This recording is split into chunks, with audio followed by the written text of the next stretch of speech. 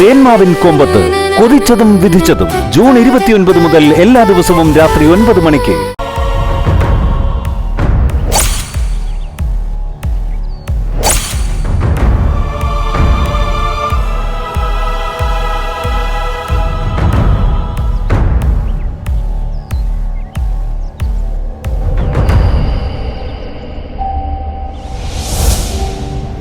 ഇത് നോക്കി മാഡം, ഞാൻ പറഞ്ഞാൽ എന്തേലും കള്ളുണ്ടോ?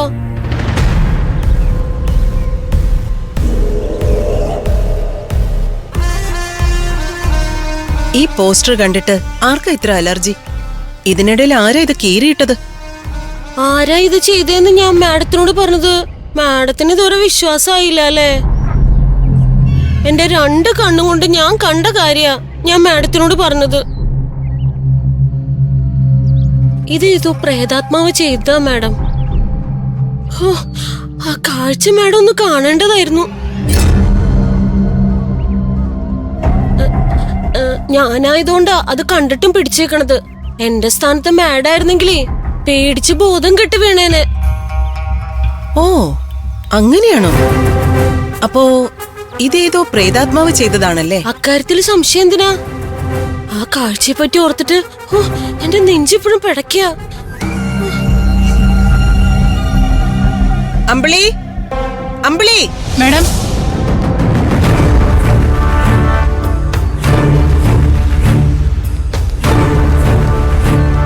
എന്താ മാഡം? അമ്പിളി ഇവിടെ ഉണ്ടായിരുന്നില്ലേ? ഉണ്ടായിരുന്നു മാഡം. ഇല്ല ഇല്ല, ഈ സംഭവം നടക്കുമ്പോ ഇവളിവിടെ ഉണ്ടായിരുന്നില്ല.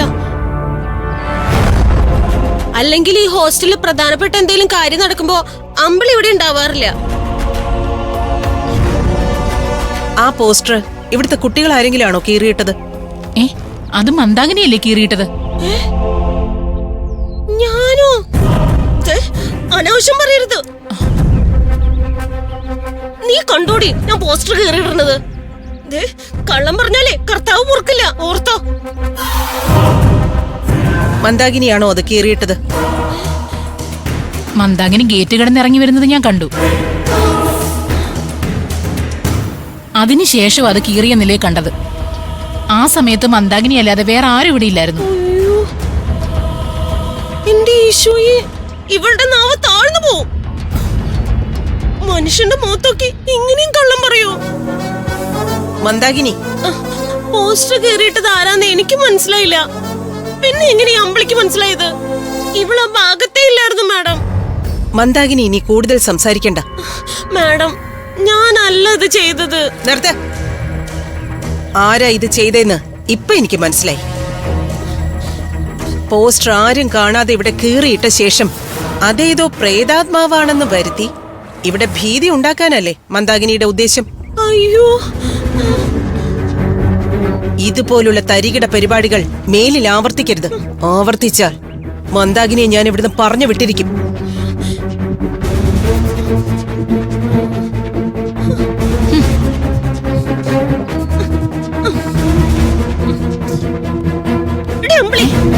നീ എപ്പോ കണ്ടേ ഞാൻ പോസ്റ്റർ കീറിയിടുന്നത്? മന്ദാകിനി, എനിക്ക് തോന്നിയ സംശയം ഞാൻ പറഞ്ഞതാ. അങ്ങനെയെങ്കിലേ എനിക്ക് നിന്നെ പറ്റി പല സംശയങ്ങളും. എന്ത് സംശയം? എന്നോട് പറ. സംശയം ഇപ്പൊ ഞാൻ തീർത്തു തരാം. ഇപ്പൊ ഞാൻ ഇതിനെ പറ്റൊന്നും പറയാനില്ല. മന്ദാകിനി, വായിലെ നാവ് സൂക്ഷിക്ക്, എന്നാ ജോലി പോവില്ല.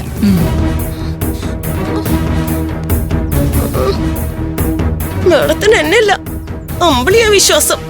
ഞാൻ പോയാ ഇവിടെ എല്ലാവരും അനുഭവിക്കും. ഈ ജോലി അങ്ങ് വേണ്ടെന്ന് വെച്ചാലോ? എന്താ ചെയ്യ?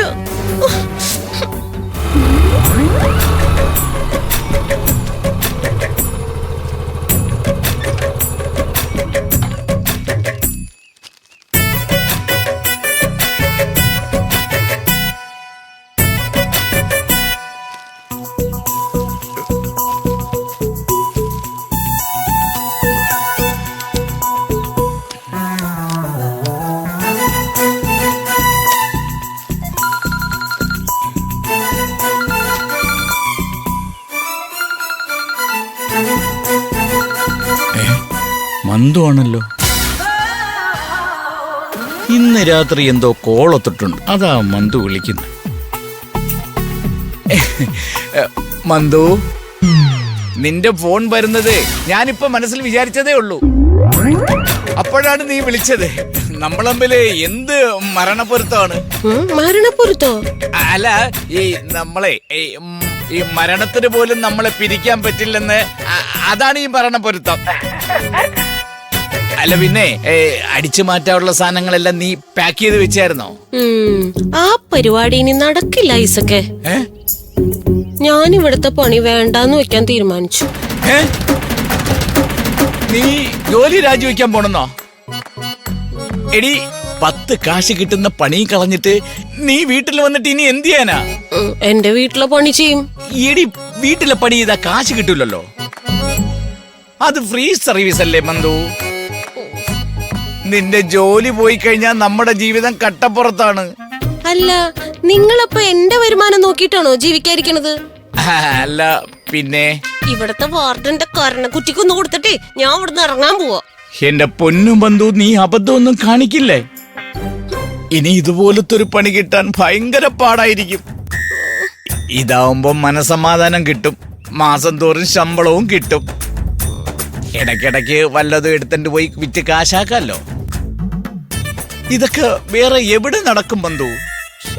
നീയേ വേറെ ബുദ്ധിമോശമൊന്നും കാണിക്കല്ലേ, പിന്നെ തിരുത്താൻ പറ്റിയെന്ന് വരില്ല. ഞാൻ പറഞ്ഞേക്കാം.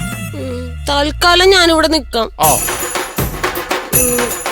എന്നാലും റീനാമ്മയായിട്ട് ഒത്തുപോകാൻ പറ്റുന്ന എനിക്ക് തോന്നണില്ല.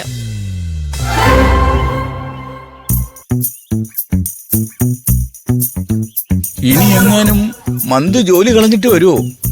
വരുമാനം നിലച്ചു പോവൂ. പഴയതുപോലെ മോട്ടിക്കാനുള്ള ആരോഗ്യവും ഇപ്പൊ ഇല്ല.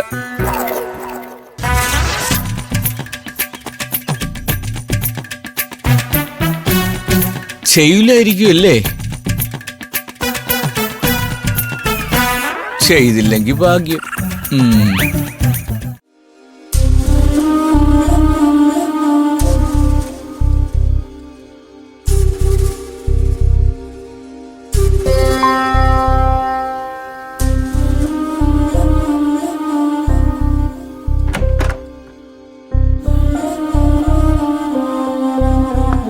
എമിലി, വരൂ, ഇരിക്കുക ഗബ്രി.